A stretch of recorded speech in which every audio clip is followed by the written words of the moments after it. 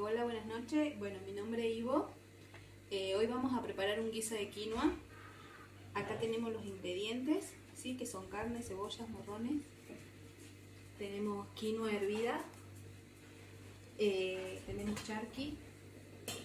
Bueno, hicimos el proceso de la quinoa, que es el lavado. Y acá tenemos la cocción.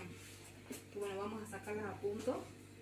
Esto siempre se hace por aparte, por el tema de que vamos a usarlos para otras preparaciones, ¿sí? Una vez que esté a punto la quinoa, sí que nos tiene que estar muy cocida porque es como un guiso.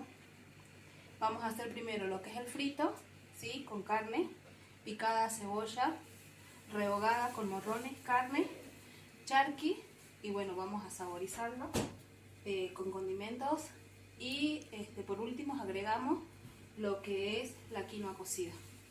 Es un guiso muy sencillo, muy nutritivo, y bueno, vamos a empezar a hacer el proceso.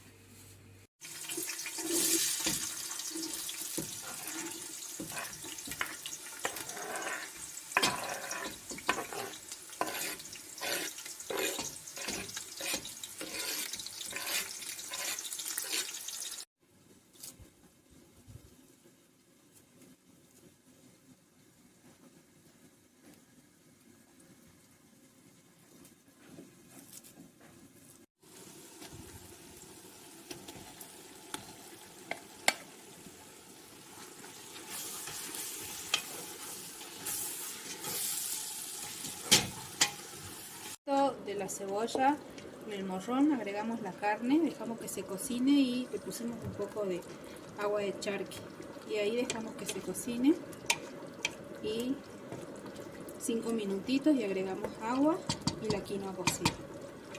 Ya están cocidas.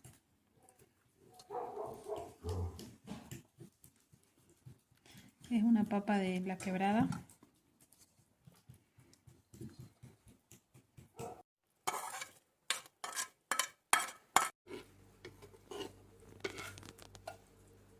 ¿Listo?